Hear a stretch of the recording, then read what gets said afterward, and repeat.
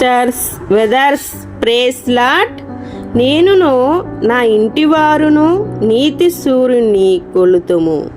దేన మనసును కలిగి దేవుని దివ్య సేవను చేతుము అంటూ చార్లెస్ కిన్సింగర్ రాసిన పాటను పాడుకుంటూ కుటుంబం అంతా కలిసి దేవుణ్ణి స్తుతించడం ఎంత ఆనందమో కదా.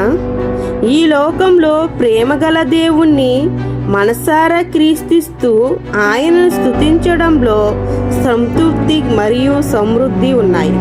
విశ్వాసంతో క్రీస్తు ప్రభువు సిలువలో చేసిన త్యాగాన్ని అంగీకరించి ఆత్మరక్షణలోనికి నడిపించడమని తదుపరి మనం చేసే ఆరాధన స్తుతి అర్పణ మహోత్తమైన దేవుని ఆనందపరుస్తూ వాత్సల్య సంపూర్ణుడైన ప్రభుని దీన మనసుతో సేవించడంలో జీవిత సంపల్యత ఉంది.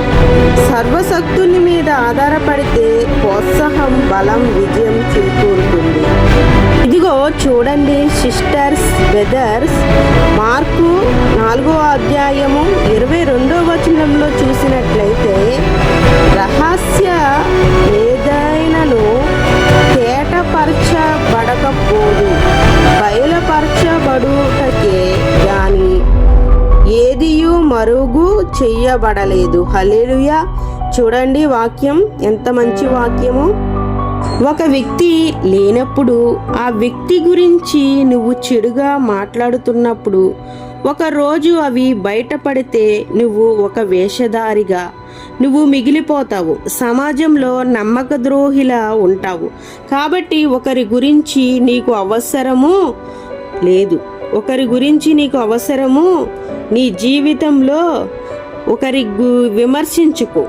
నీ జీవితంలో ఎవరిని కూడా విమర్శించకూడదు, ఒకరి గురించి చెడుగా ప్రజల్లో మాట్లాడకూడదు. కానీ ప్రభువు నిన్ను వారిని పొరుగు వారిని ప్రేమించు అన్నారు. కానీ ఇదిగో వారిని విమర్శించండి, వారి గురించి చెడుగా మాట్లాడండి, ఇవి మీకు వద్దు. అది దైవవ్యాప్తి యొక్క లక్షణం కాదు. ఎదుట వారిని ప్రేమిస్తూ ముందుకు వెళ్ళడం అది గొప్ప విషయం అన్నాడు. భక్తులు ఎంత నమ్మకాన్ని ఎంత విశ్వాసాన్ని దేవుడు పట్ల కలిగి ఉన్నారో దేవుడు కూడా అంతే ప్రేమను వారి పట్ల కలిగి ఉన్నారు, మన పట్ల కలిగి ఉన్నారు. మనము అగధ జనములో పడి ఉన్నను, అంధకార లోయల్లో ఉన్నను, మనము చీకటిలో ఉన్నను, ఆయన మనలను చూస్తూ ఉన్నాడు. ఆయన మనలను చూస్తూ కాపాడతాడు, మనల్ని ప్రేమిస్తాడు. ఇంత గొప్ప దేవుడు ఎవరైనా ఉన్నారా?